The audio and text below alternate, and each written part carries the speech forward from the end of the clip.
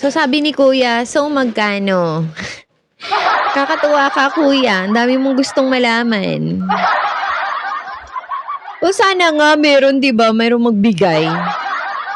Eh di sana sobrang sipag ko, sana nakakasampu na video ako sa isang araw para sulit na sulit naman yung binabayad sa akin. Hindi isang beses lang sa isang linggo ako lumilitaw na parang kabute sa social media, 'di ba? Actually, lahat ng SOCMEDs ko po, hindi po sila monetized. Wala lang, I'm just doing this kasi nga sinasabi ko sa inyo, I'm always a pro-government individual. I support whoever is in the position. I support who is the president. Kung sino man nakaupo at hinalal ng taong bayan, doon ako. So anyway, magandang araw mga kababayan ko. And for this video ay pag-uusapan natin na itong sinasabi nila na si Ramil Madriaga daw ay parang pinapatrabaho at nanganganib ang buhay sa loob ng BJMP.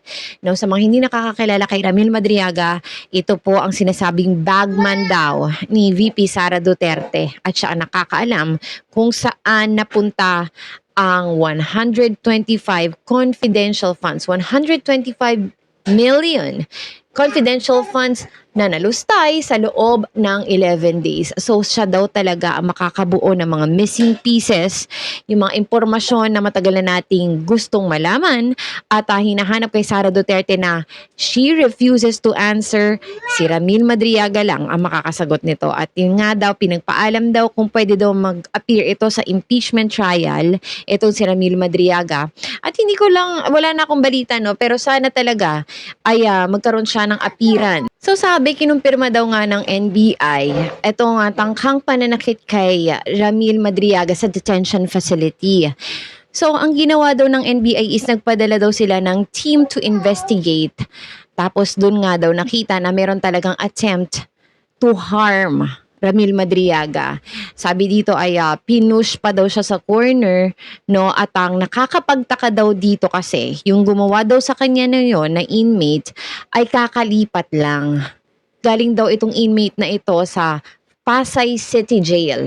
So bago lang siya doon at nilipat siya sa BJMP. So yun daw yung nakakapagtaka kasi kabago-bago, talagang si Ramil Madriaga daw ang pinag-iinitan nitong sinasabing inmate na to.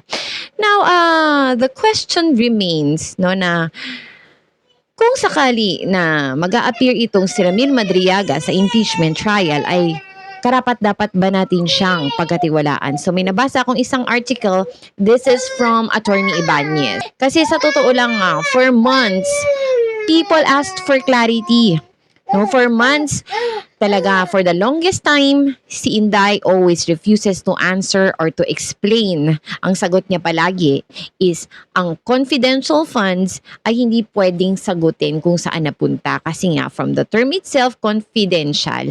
Pero sabi nga ni Attorney Ibanez, kung ang pera ng bayan, ang ginastos mo, you cannot just hide behind the term confidential. Kailangan mo yun sagutin.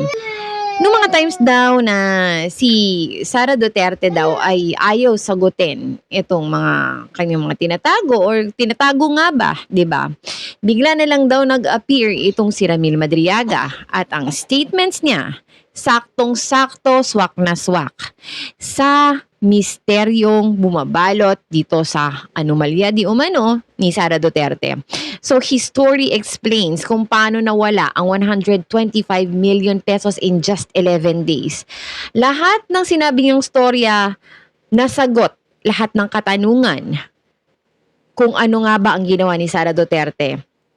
Sabi pa niya, gumawa daw siya ng multiple cash drops na sa kotse niya inaabot at itong mga bilyong-milyones na pera na ito ay nakabalot sa duffel bags at pinangalanan niya pa isa-isa kung kanino niya binigay. So for the first time, someone offered a narrative that explains how the money could vanish in just that 11 days. It may be shocking, pero it answers the questions that Sara Duterte is consistently refusing to answer.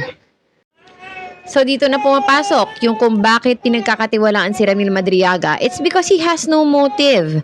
And Sara never even gave an alternative explanation. So kapag may malaking tanong at ikaw mismo ang tumanggi magpaliwanag, hindi mo pwedeng sisihin ang publiko kung maniniwala ba sa iyo o kapag nagbigay ka ng sagot, kung paniniwalaan ka. And here's one very simple truth. Kung si Sara Duterte meron talagang eksplanasyon doon sa mga perang nawala, magbibigay talaga siya ng eksplanasyon. Ipapaliwanag niya talaga na maayos kung saan napunta ang 125 million pesos na nawala in just 11 days.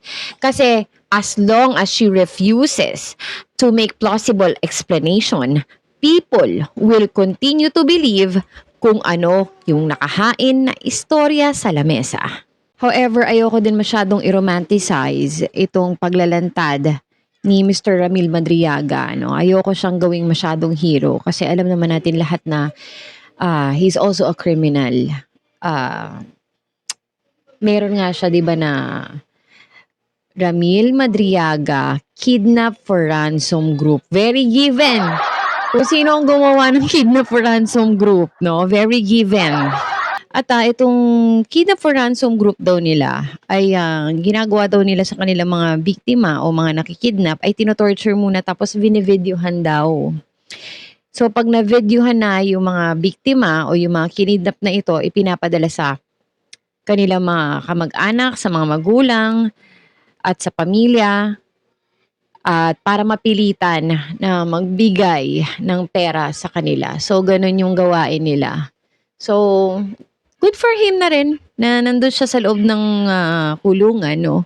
Itong mga revelasyon niya kay VP Sara Duterte, no, yung kanilang connection sa isa't isa. Ito siguro lang yung makakatulong, no? Siguro for once in his life, makakagawa siya ng mabuti, 'di ba? So anyway, excited ako kung ano man ang mangyayari o kalalabasan kapag nag-appear na si Mr. Ramil Madriaga, no, para mag-testify against Sara Duterte. Ano kaya ang magiging eksena? Ano pa kaya ang mga pwede niyang ikwento na hindi pa natin nalalaman? So nakaka-excite talaga.